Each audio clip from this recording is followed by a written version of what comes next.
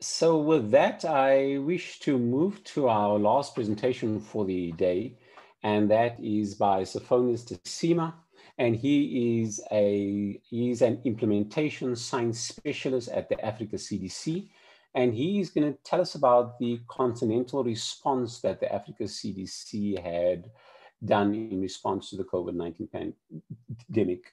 Over to you, Sofonias. Thank you, Alan. Thank you, the organizers, for inviting Africa CDC to present the work in progress in supporting SARS-CoV-2 sequencing in the continent.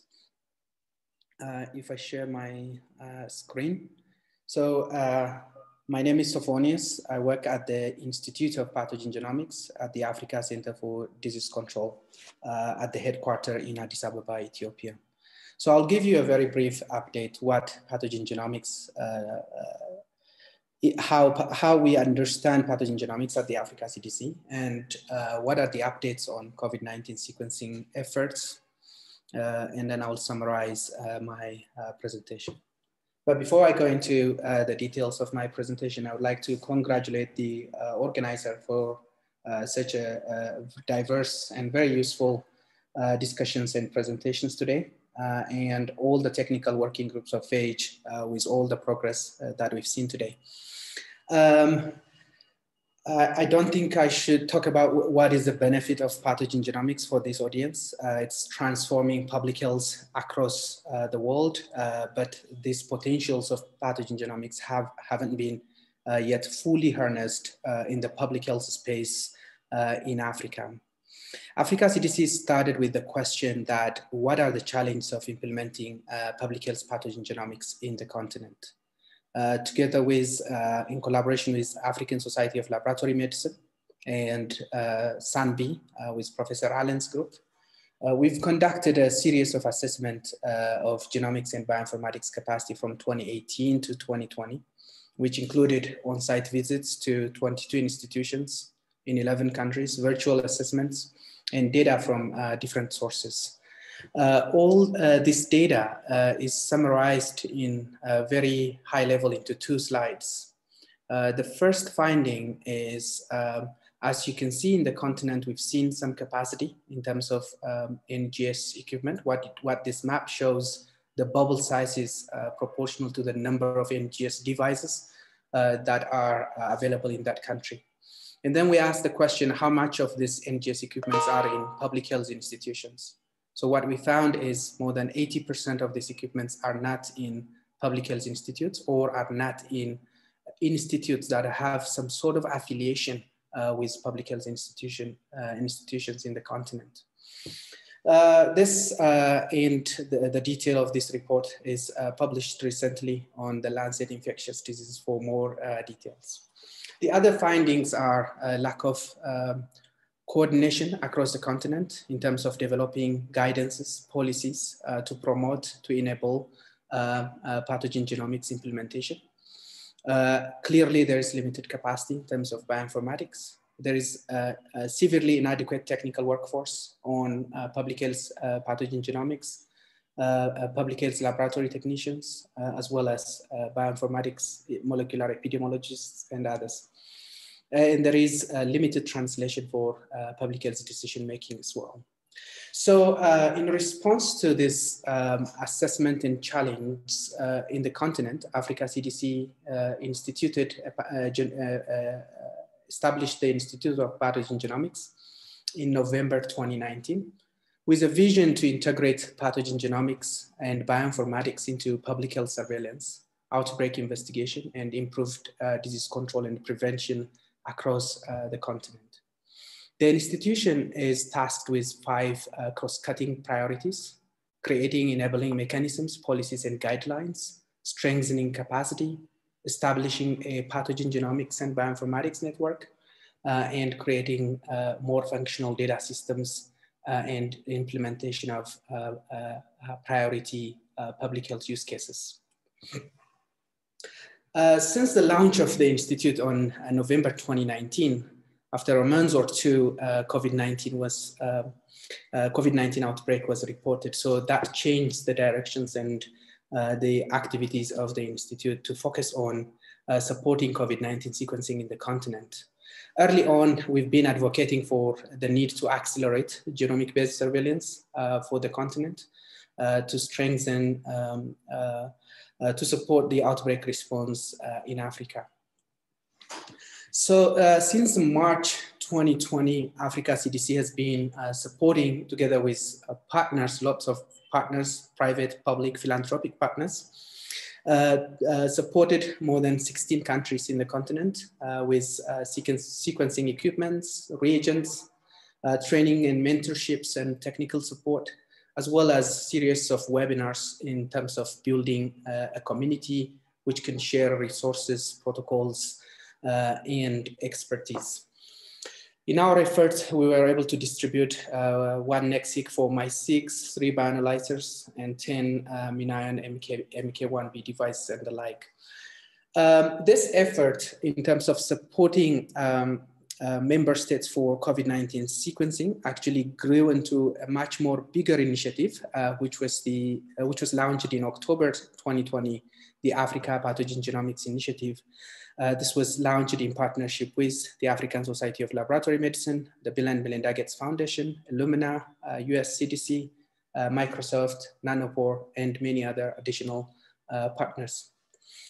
The initiative is focusing on key components, strengthening the Institute of Pathogen Genomics within the Africa CDC, so that we have the capacity to coordinate and mobilize resources, to create enabling mechanisms, policies, and guidelines, as well as to build the community, pathogen genomics community of practice and technical working groups to support and enable pathogen genomics across the continent. The second priority is pathogen genomics and bioinformatics network.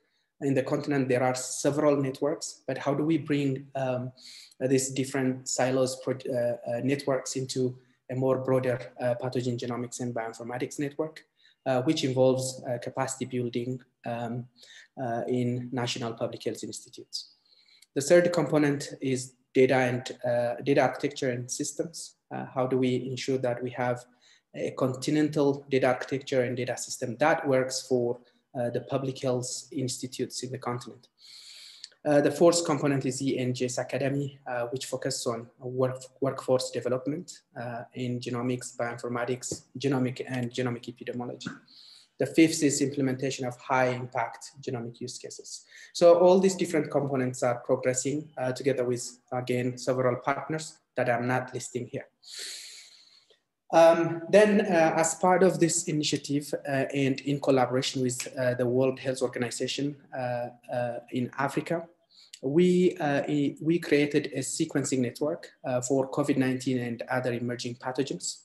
And this network has 3 layers: the specialized genomics and bioinformatics centers, that the ones that you see at the top. We have the ACKNOWLEDGMENT in Nigeria, CRISP in South Africa, and SANBI for bioinformatics in South Africa. And there are regional laboratories covering all the different regions of the continent. And then there are national level COVID-19 sequencing laboratories. So this doesn't mean that in the national levels are not generating sequences. There are labs that are generating lots of sequences from national level labs. There are labs at the regional level that still have limited outputs in terms of sequencing. But this sequence was generated with a view that how do we bring together the continent in terms of sharing pathogen genomics platforms, resources, based on the existing structures, based on representation of all regions, and based on equity for access to sequencing facilities. So we prioritized the operationalization of this network to accelerate SARS-CoV-2 sequencing in the continent. Our focus is really to leverage the existing capacity and coordinate the sample referral process across this network to ensure access to sequencing facilities to member states that have no or limited sequencing at this stage. And then we are also encouraging and working towards more improved data sharing across the continent and with the global community. Our plan in the acceleration of SARS-CoV-2 sequencing is to reach to 50,000 SARS-CoV-2 genomes by 2021. When we developed this plan, the continent was at around 5,000, 6,000. Currently, we are at 10,000, but it doesn't mean that all sequences are generated as part of support from this network. So this map shows the different regional labs that are currently supporting member states that have limited or no sequencing capacity, in addition to supporting their own countries. We have institutions across the different regions of the continent, and these institutions are currently supporting their country plus at least 3 countries in their region. So our approach is to leverage on the existing capacities in these institutes and to start simple and slowly establish a routine surveillance system to support the sample collection and shipment logistics, to support the regional hubs in terms of personnel, training, sequencing reagents, as well as possibility for equipment upgrades to increase throughput. And the last area of support that we are focusing on is data analysis, sharing, interpretation, and reporting. How we see this in the operationalization of this network, we see that at a member state level, we have there are things that needs to be done in terms of putting a good sampling framework to identify what to sequence. Good quality samples should be collected and properly stored, and collection of complete metadata is critical. So Africa CDC is working in terms of engagement with the countries, with the member states, to address these gaps at member state level. At regional sequencing hubs, as I said earlier, we're trying to support personnel and training needs. The training aspect is being done in collaboration with H3A Bionet. Reagents and supplies, quality control at the lab level to make sure that good quality sequences are generated. Equipment upgrades and possibility for automation to increase throughput, to minimize the burden in these regional hubs, to support other member states that have limited sequencing capacity. But in this loop, we see there are challenges with the specimen referral. Africa CDC, together with partners, are trying to formalize the material transfer agreement, to address challenges that are related to import permits, attempts to standardize and complete, making sure that complete metadata is collected and shared with the regional hubs so that it is linked with the genomes, sample packaging and shipment, as well as how do we move the samples from one country to the regional hub, which involves courier service as well as challenges that are related to custom clearance. We see challenges that are related to data standards and management, turnaround time, how quickly we can get the data from the regional hub to the countries, standardized reporting mechanisms, and ensuring data is shared and used to inform the outbreak response. So Africa CDC, through its Africa PGI initiative, is working towards closing this loop. So in doing so, what are we doing so far? There are 12 specialized and regional hubs. We are allocating about 2 million in civil work to support personnel and other immediate needs in these regional hubs. In partnership with Illumina and Oxford Nanopore Technologies and other partners, we are distributing about reagents that's sufficient for more than 25,000 genomes. We are in discussion with lots of partners to work towards upgrading equipments and automating labs. And in collaboration with H3A Bionet, a training need assessment survey is being conducted. Once that's finalized, we will have a training for these regional hubs. In sample referral process, we put together an MTA in both English and French that can be used by the regional hubs. And we have a courier service in place that is able to send packaging materials, dry ice to the countries and send back the samples to the lab so that the samples are not compromised during the shipment process. In this sample referral process, 3,700 samples are already referred from 21 countries, and 16 of these countries have received their results so far. Of these 16 countries, 13 of them have reported variants of concern. So, so far, I think as of, this is updated on the 29th of March, 9,700 genomes are currently reported from 36 countries. And 18 member states are reporting the B1351 variant, and 18 member states are reporting the B117 variant, and 9 countries are reporting both. So while we are trying to operationalize this network, there are several challenges. One is mainly related to the limited sequencing and bioinformatics capacity in public health institutions. But there are success stories. Some countries, some national institutions are able to show that, showcase that this COVID-19 can be an opportunity to establish genomics capacity locally. We have some examples at national level laboratories. For example, Zambia is a good example in local sequencing. But we are trying to support as much as we can to all member states to have the member states that have some sort of some level of local capacity to strengthen that and produce sequences locally based on the needs of the local epidemiologic setting. The lack of standardized sampling framework, which is tailored to the African epidemiologic setting, is not there. So we are working with partners in WHO to establish a sampling framework guide. Hands-on trainings are needed at regional and national laboratories. That has been very difficult due to the COVID-19 travel restrictions.